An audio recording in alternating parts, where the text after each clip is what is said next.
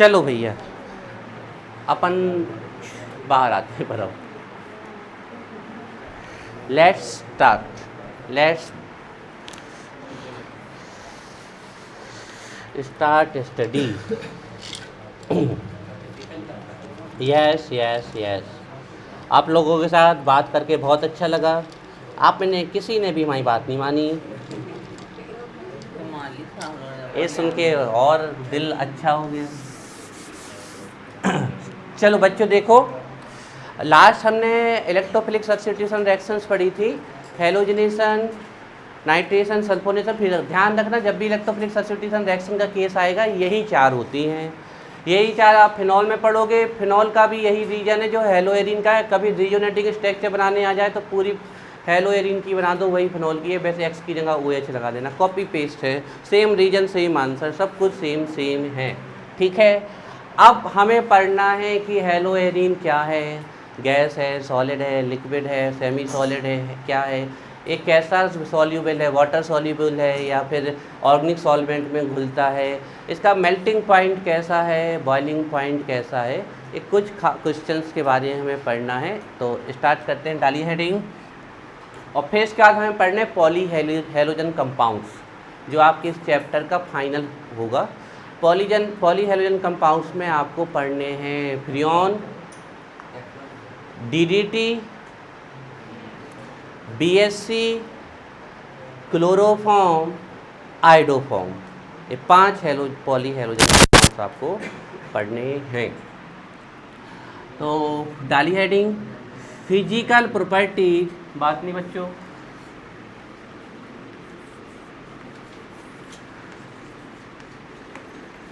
Physical properties. लेकिन जब अपना एक बार सिलेबस हो जाएगा तो तुम लोगों को फिर सुबह 5 बजे बुलाएंगे हम।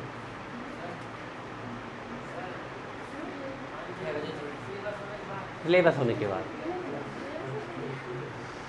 उसके बाद क्या होगा, यहाँ पर 3-3, 4-4 घंटे आपको रिवीजन करा के पेपर सॉल्व करा के उनको रटा दी जाएगी बिल्कुल केमिस्ट्री। ऐसे A for Apple, B for ball. हो सकता है आप नेक्स्ट टीचर हो केमिस्ट्री के। बेस थोड़ी सी बच्चों आप लोगों के साथ एक प्रॉब्लम हो गई, अगर 16 चैप्टर हो जाते मज़ा आ जाता, आप लोग सही भी अच्छे टीचर तैयार हो जाते केमिस्ट्री के पूरे के पूरे। अगर आप लोग कहोगे तो सिलेबस होने के बाद पढ़ा देंगे। फिजिकल प्रॉपर्टीज कंप्लीट पैकेज हो जाता आपका। जैसे हमारे लास्ट ईयर के बच्चे हैं वो अपने आप में एक कंप्लीट पैकेज है केमिस्ट्री का। Physical properties of haloalkanes and haloarenes.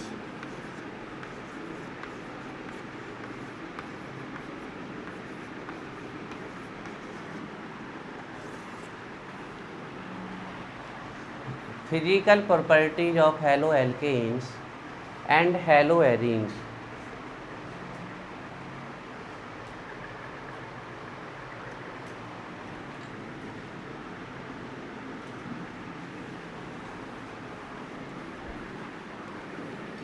बच्चों फर्स्ट डालिए हेडिंग्स में सॉल्युबिलिटी।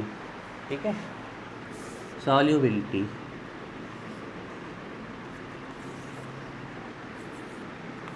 देखो बच्चों, आपको पता है सॉल्युबिलिटी चेक करने का प्रोसेस क्या है, कैसे सॉल्युबिलिटी चेक की जाती है। जनरली प्रोसेस होती है सॉल्युबिलिटी को चेक करने की, पहले ठंडे पानी में डिजॉल्व करके देखा जाता है, फिर गर्म पानी में। ठंडे में डिजॉल्व हो गया तो best, highly soluble in water. ठंडे में डिजॉल्व नहीं हो रहा तो फिर गर्म में देखा जाता है। गर्म में अगर डिजॉल्व हो गया तो फिर हॉट करने पर, हीट करने पर डिजॉल्व होता है।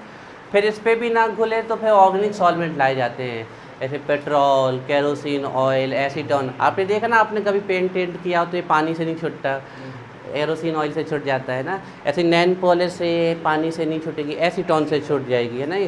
तो ये जो थोड़े से टफ आपके स्टेन होते हैं वो पानी से नहीं छुटते, तो इनके लिए स्पेशल सॉल्वेंट लाना पड़ता है ऑर्गेनिक। तो एसीटोन, बेंजीन, ईथर, टालवीन, है ना, ये आपके हो गए। और जैसे आप जानते ही हो केरोसिन ऑयल, पेट्रोल, इनसे आप इनको धो लेते हो तो साफ़ हो जाते हैं। इसमें भी नहीं होता तो वो एक और चीज़ है, लेकिन वो फिर लिविंग ऑर्गेनिज्म पे अप्लाई नहीं कर सकते, वो है एसिड एंड बेस। है ना, उनसे डिजॉल्व करके देखा जाता है। जो चीज़ इनमें भी डिजॉल्व नहीं होती वो एसिड इन बेस में डिजॉल्व कर जाती है, लेकिन वो नॉन लिविंग पे सॉल्युबिलिटी चेक की जाती है। लगभग सभी चीज़ें एसिड बेस में डिजॉल्व हो जाती है, उसमें भी डिजॉल्व ना हो तो फाइनल होता है, सबसे टफेस्ट होता है एक्वा रेगिया। HCl और HNO3 का मिक्सचर होता है, उसमें लगभग सब कुछ डिजॉल्व हो जाता है। तो ये प्रोसेस होती है सॉल्युबिलिटी को चेक करने की आपके, है ना। लेकिन सबसे पहले सॉल्युबिलिटी चेक की जाती है वाटर में। हम आपको आज एक चीज़ बता रहे हैं, आपके में क्वेश्चन आ जाए कि ये ऐसा बस पूछ ले कि ये सॉल्युबल है और ये सॉल्युबल नहीं है, तो जो सॉल्युबल है सीधे उसमें हाइड्रोजन बॉन्ड बना दो वाटर के साथ, बिल्कुल सही आंसर है। और जो इनसॉल्युबल है वाटर में, वो वाटर के साथ हाइड्रोजन बॉन्ड नहीं बना रहा है। ये आपसे ऐसा क्वेश्चन आपके एग्जाम में आ जाता है, पूछ लेंगे आपसे कि एल्कोहल सॉल्युबल है वाटर में लेकिन हैलो एल्केन नहीं है, तो पक्का ये हाइड्रोजन बॉन्ड बना रहा है और ये हाइड्रोजन बॉन्ड नहीं बना रहा है। तो ये आपको ध्यान रखना है सॉल्युबिलिटी के बारे में। अब सॉल्युबिलिटी में एक कॉन्सेप्ट चलता है like dissolve like. Like dissolve like का मतलब है लाइक एक जैसा एक दूसरे को डिजॉल्व कर लेता है। जैसे हम बात करें आपके एल्कोहल की, इसमें OH बॉन्ड है तो ये पॉजिटिव होता है, ये निगेटिव। और वाटर की बात करें, इसमें भी ये OH बॉन्ड है, ये पॉजिटिव होता है, निगेटिव। तो ये लाइक का केस आ गया, तो ये आपस में क्या हो जाएंगे, रिएक्ट कर लेंगे, डिजॉल्व। और वाटर के साथ जब भी किसी चीज़ की रिएक्शन होगी एक ही बॉन्ड बनेगा, हाइड्रोजन बॉन्ड। ध्यान रखिएगा FON फोन, ये 3 एटम किसी के पास हैं और उसको वाटर में घोला तो वो डिजॉल्व हो जाएंगे, क्योंकि तीनों एटम क्या बना लेते हैं, हाइड्रोजन बॉन्ड बना लेते हैं। FON सबसे स्ट्रॉन्ग F बनाता है हाइड्रोजन बॉन्ड, उससे थोड़ा वीक ऑक्सीजन और थोड़ा और वीक नाइट्रोजन। अब बच्चों यहाँ पर क्या है ना, लाइक डिजॉल्व लाइक का कॉन्सेप्ट यहाँ फेल हो जाता है। ये नेगेटिव है पॉजिटिव, हैलोजन आपने न्यूक्लियोफिलिक सब्स्टिट्यूशन रिएक्शन भी चेक की, तो इसको वाटर में घुलना चाहिए ना, have to dissolve in water, लेकिन नहीं घुलता है, इसीलिए क्वेश्चन अच्छा बन जाता है। हैलो एल्केन्स पोलर है, हैलो एरीन्स पोलर है, कम पोलरिटी ज़्यादा पोलरिटी अलग चीज़ है, लेकिन पोलर हैं, फिर भी ये वाटर में नहीं घुलते हैं। तो आंसर तो आप लिखा होगा कि हाइड्रोजन बॉन्ड नहीं बनाता, मिल जाएंगे नंबर, बिल्कुल सही है। लेकिन और हम रीजन, बिल्कुल यही आंसर है, जो घुल रहा है वो हाइड्रोजन बॉन्ड बना रहा है, जो नहीं घुल रहा वो नहीं बना रहा है, ठीक है। तो ये हाइड्रोजन बॉन्ड पोलर होने के बाद भी हाइड्रोजन बॉन्ड नहीं बनाता, इसलिए डिजॉल्व नहीं होता है। अब बच्चों थोड़ा सा रीजन देख लेते हैं इसका, ये हाइड्रोजन बॉन्ड क्यों नहीं बना पाता। देखिए, ये आपका वाटर पड़ा हुआ है एक कंटेनर में, खूब सारे वाटर के मॉलिक्यूल पड़े हुए हैं, इसमें आपने हैलो एल्केन डाला, ठीक है, ये डिप्टे। अब ये इसमें जाके घुलना है इसे, तो इसे इसमें जाके घुलना है, तो इस वाटर, जितने भी वाटर के मॉलिक्यूल हैं उनको हैलो एल्केन से क्या करना पड़ेगा, रिएक्ट, ठीक है ना। तो ए भी पोलर है और ए भी पोलर है अपना, ठीक है, रिएक्ट करना चाहिए। ये हैलो एल्केन यहाँ पर आ गया, ठीक है। अब रिएक्शन स्टार्ट होनी है, बन जाना चाहिए था बॉन्ड, लेकिन बॉन्ड बनने से पहले बॉन्ड ब्रेक होते हैं, ध्यान रखिए। ये अपने आप में एक स्टेबल मॉलिक्यूल, इसकी बैलेंसी पूरी है, ये अपने आप में एक स्टेबल मॉलिक्यूल है, बैलेंसी पूरी है जी। एक वाटर का मॉलिक्यूल, एक दूसरा वाटर का मॉलिक्यूल, वाटर के मॉलिक्यूल के बीच में भी हाइड्रोजन बॉन्ड होता है, ठीक है। तो ये हाइड्रोजन बॉन्ड है, ये हैलो एल्केन है। अब इस हैलो एल्केन का एक मॉलिक्यूल है, ये दूसरा मॉलिक्यूल, ठीक है, ये भी आपस में डाइपोल डाइपोल से जुड़े हुए हैं, तो इसको इससे जुड़ना है। तो सबसे पहले वाटर के मॉलिक्यूल को अपने बीच के हाइड्रोजन बॉन्ड ब्रेक करने पड़ेंगे और हैलो एल्केन को अपने बीच के डाइपोल डाइपोल बॉन्ड ब्रेक करने पड़ेंगे, फिर जाके ये दोनों आपस में बॉन्ड बनाएंगे। और इन दोनों ने अगर आपस में बॉन्ड बना लिया तो मतलब ये क्या हो जाएंगे, सॉल्युबल हो जाएंगे, लेकिन ये आपस में बॉन्ड नहीं बना पाते। रीजन, जब हैलो एल्केन को वाटर में डिजॉल्व किया जाता है तो जो अमाउंट ऑफ एनर्जी रिलीज होती है, इट इज एक्सोथर्मिक प्रोसेस, जो अमाउंट ऑफ एनर्जी रिलीज होती है वो इतनी लेस होती है कि वो हैलो एल्केन के बीच में पाए जाने वाले डाइपोल डाइपोल इंटरेक्शन को ब्रेक नहीं कर पाती है, और वाटर के मॉलिक्यूल के बीच में पाए जाने वाले हाइड्रोजन बॉन्ड को ब्रेक नहीं कर पाती है, जिससे ये दोनों मॉलिक्यूल्स फ्री नहीं हो पाते और आपस में हाइड्रोजन बॉन्ड नहीं बना पाते। इतना सा आंसर है। फिर से सुनो, इन दोनों को आपस में रिएक्ट करना है, आपस में हाइड्रोजन बॉन्ड बनाना है, तो जो इनके इटसेल्फ, इनके स्वयं के बीच में जो बॉन्ड है, वाटर के बीच में हाइड्रोजन बॉन्ड है, उसे ब्रेक करना होगा वाटर के मॉलिक्यूल्स को, और हेलो एल्केन के बीच में डाइपोल डाइपोल इंटरेक्शन वो ब्रेक करना पड़ेगा। लेकिन जब हेलो एल्केन को वाटर में डाला जाता है तो जो अमाउंट ऑफ एनर्जी रिलीज होती है वो इनसफिशिएंट है to break hydrogen bond between water molecules and dipole dipole interaction of haloalkane. That's why haloalkane and haloarenes are insoluble in water. ठीक है, लिखवाते हैं फिर समझाते हैं, शायद अभी समझ में नहीं आया होगा। इसका क्वेश्चन भी लिख लो, सॉल्युबिलिटी आंसर लिखवाते हैं, फिर हेडिंग सॉल्युबिलिटी होगी, इसका क्वेश्चन बना लो।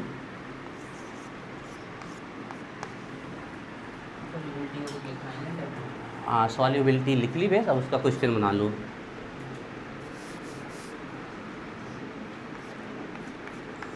Halo alkanes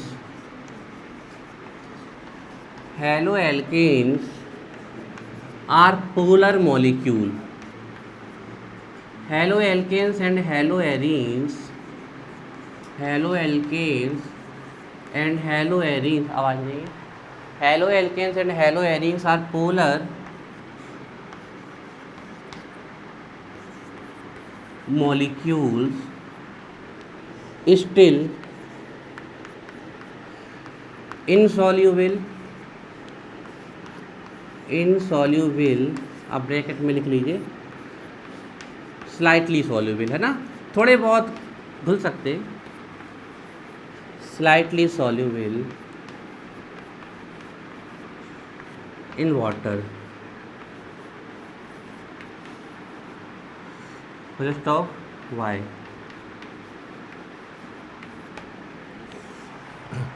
Haloalkanes and haloarenes are polar molecules still insoluble in water.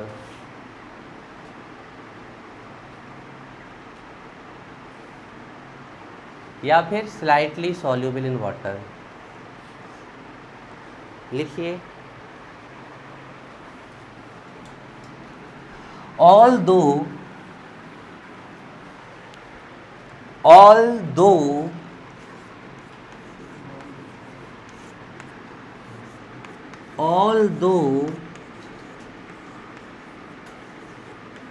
हालांकि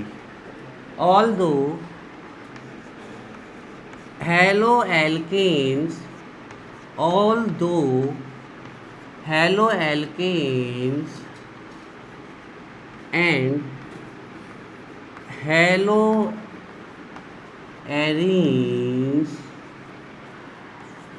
are polar molecules. Although haloalkanes and haloarenes are polar molecules, हालांकि haloalkane and haloarene ध्रुवीय अणु हैं, are polar molecules still insoluble water. Hindi medium भी चालू कर दे क्या हम पढ़ाना? यस, बिल्कुल सही बोले आप। हिंदी मीडियम हम बहुत पहले चालू कर देते पढ़ाना, जैसे टाइम की प्रॉब्लम की वजह से नहीं पढ़ा रहे। Although haloalkanes and haloarenes are polar molecules still insoluble in water as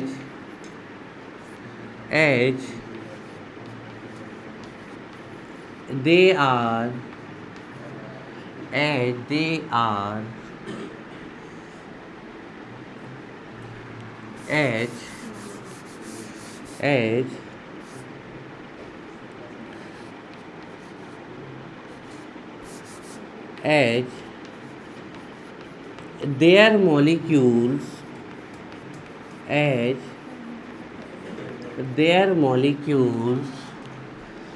their molecules are unable to form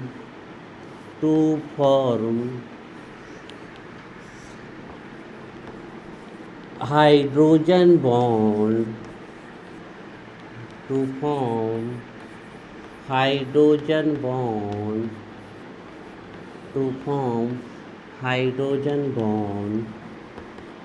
with water molecules.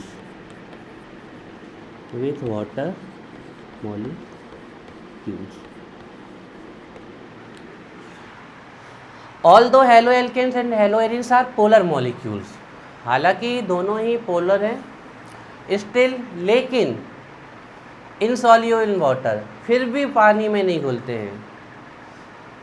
जैसे कि उनके molecules are unable to form hydrogen bond with water molecule, उनके molecule water के साथ hydrogen bond नहीं बना पाते, that's why they are not get dissolve in water.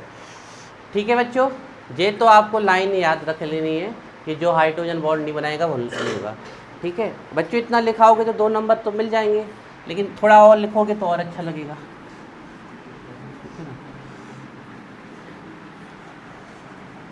Reason लिखो,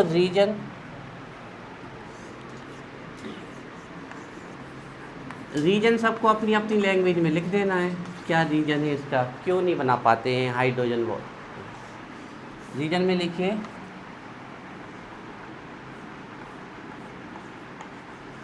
when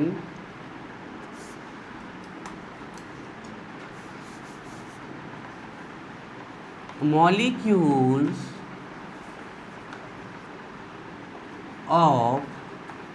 of haloalkanes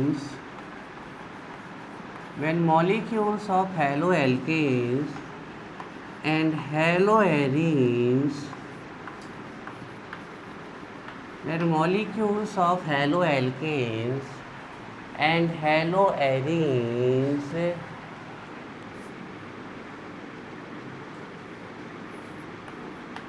dissolved in water,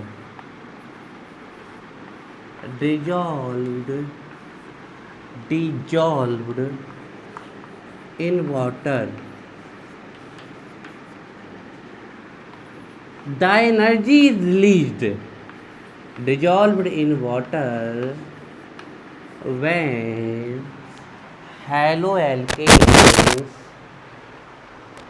molecules of haloalkanes and haloarenes dissolved in water,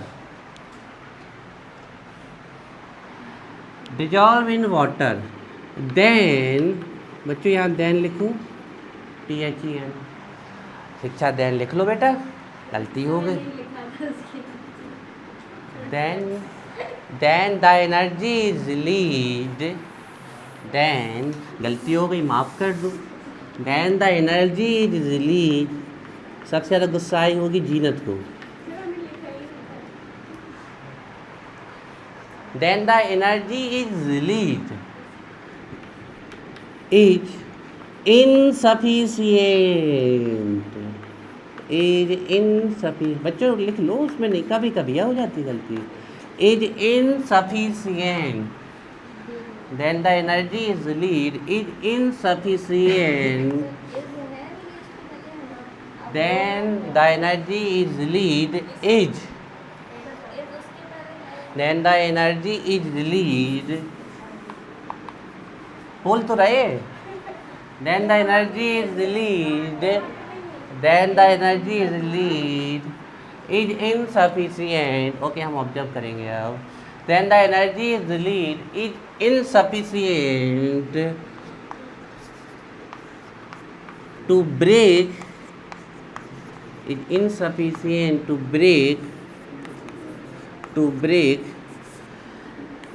the dipole, to break the dipole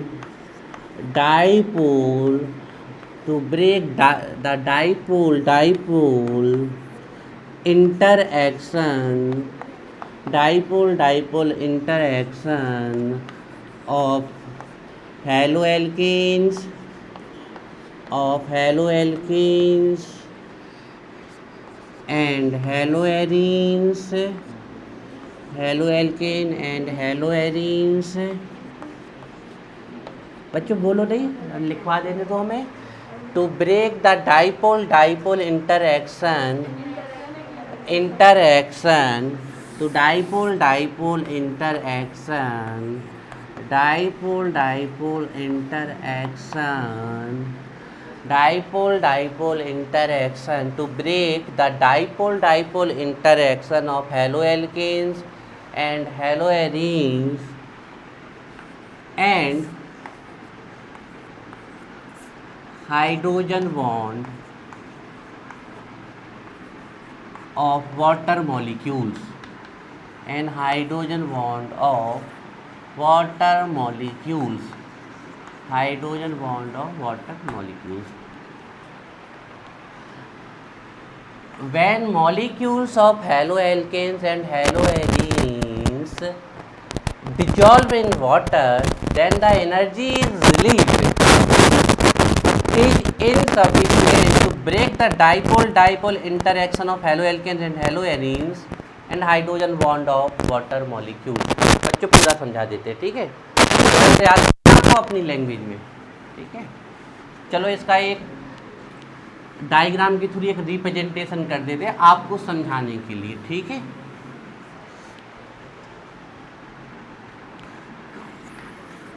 ये हमारे पड़े हुए हैं water इसमें, ठीक है, ये वाटर,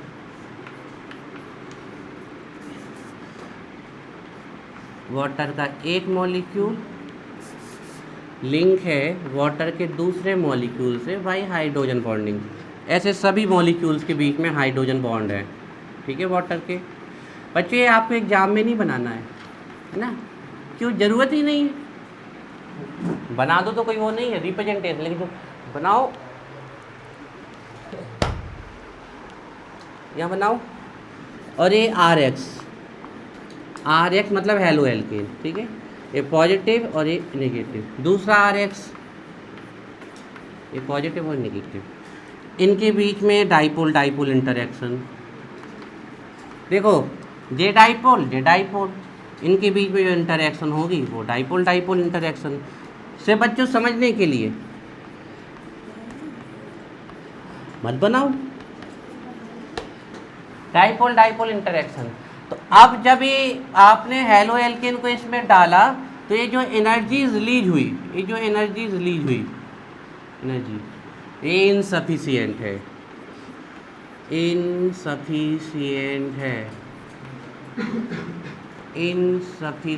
है, किसके लिए, टू ब्रेक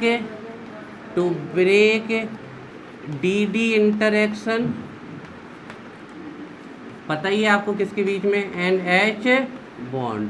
बच्चों अब सुनो बेस, बाद में लिखना, the intermolecular dipole although haloalkanes and haloarenes are polar molecule, दोनों ही पोलर मॉलिक्यूल है, still insoluble in water. Reason ये वाटर के साथ क्या नहीं बना पाते, हाइड्रोजन बॉन्ड। लेकिन इनको आप वाटर के साथ हाइड्रोजन बॉन्ड बनाने हैं तो पहले इनको जब वाटर में डिजॉल्व करोगे तो इनको सेल्फ एसोसिएशन से अलग होना पड़ेगा। हम पहले से इनसे जुड़े हैं तो अब हम प्रांजल से बॉन्ड नहीं बना सकते। सोम पहले से दिव्यांश से जुड़ा है तो उसको हमसे बॉन्ड बनाना, इनको हाइड्रोजन बॉन्ड मान लो तो उसको वो बॉन्ड तोड़ना पड़ेगा, हमें ये वाला बॉन्ड तोड़ना पड़ेगा, सोम को वो वाला, फिर हम दोनों के बीच में बॉन्ड बनेगा। तो ये जो हेलोएल्केन के बीच में डाइपोल डाइपोल इंटरेक्शन है और वाटर के मॉलिक्यूल के बीच में हाइड्रोजन बॉन्ड है, जब आपने इनको इसमें डाला, हेलोएल्केन और हेलोएरीन को इसमें डाला, तो ये जो एनर्जी रिलीज हुई, ये एनर्जी इतनी कम है कि ये इंटरेक्शन नहीं तोड़ पा रही और ये बॉन्ड नहीं तोड़ पा रही, तो ये अलग ही नहीं हो पा रहे। जब ये अलग ही नहीं हो पा रहे तो आपस में बॉन्ड नहीं बना पाएंगे। This is the reason insufficient to break the interaction in hydrogen. It is just simply representation to understand the concept. You may write or draw or not, it's up to you. Yes, ये energy कम नहीं निकलती है, कम polar है ना, polar है लेकिन कम, still come polar, उतने ज़्यादा पोलर नहीं है। अच्छा क्वेश्चन है। एनर्जी इस बात पे डिपेंड करती है कि कितना ज़्यादा इंटरेक्शन हो रहा है आपके। कहाँ होते हैं हेलोएल्केन, किसने कहा हेलोएल्केन बहुत पोलर होते हैं? ये एक्स है, जनरली ये एक्स आप क्या लगाओगे, क्लोरीन या ब्रोमीन या आयोडीन, इसकी कितनी 2.4, 3.0, 2.8 और 2.4। कहाँ ज़्यादा पोलर है? तो फ्लोरीन तो आप जानते हो नहीं बनाते, बहुत ही कम। तो ओवरऑल तो अगर हम बात कर ले 100 प्रजाति की बात कर ले तो 90 तो इस वाली होनी ना, ये तो 10 है। इसीलिए हमने उसमें लिखा था स्लाइटली सॉल्युबल क्वेश्चन में। ठीक है बच्चों, याद हो गया? आज का 2 क्वेश्चन पूछ लिया जाए कि ये लिक्विड है और ये वाटर में सॉल्युबल है, रट लो आंसर। लिक्विड है, ये जो लिक्विड और वाटर सॉल्युबल है, अगर है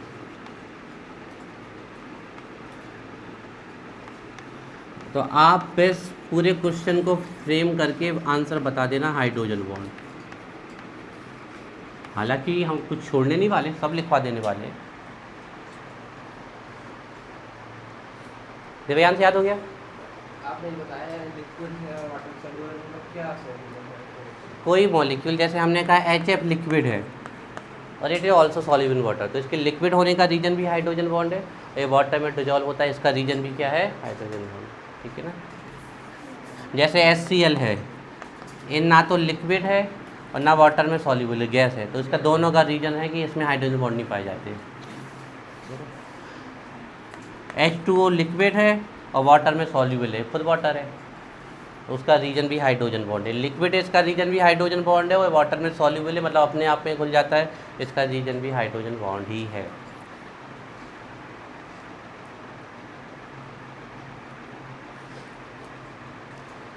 अनामिका समझ में आ गया?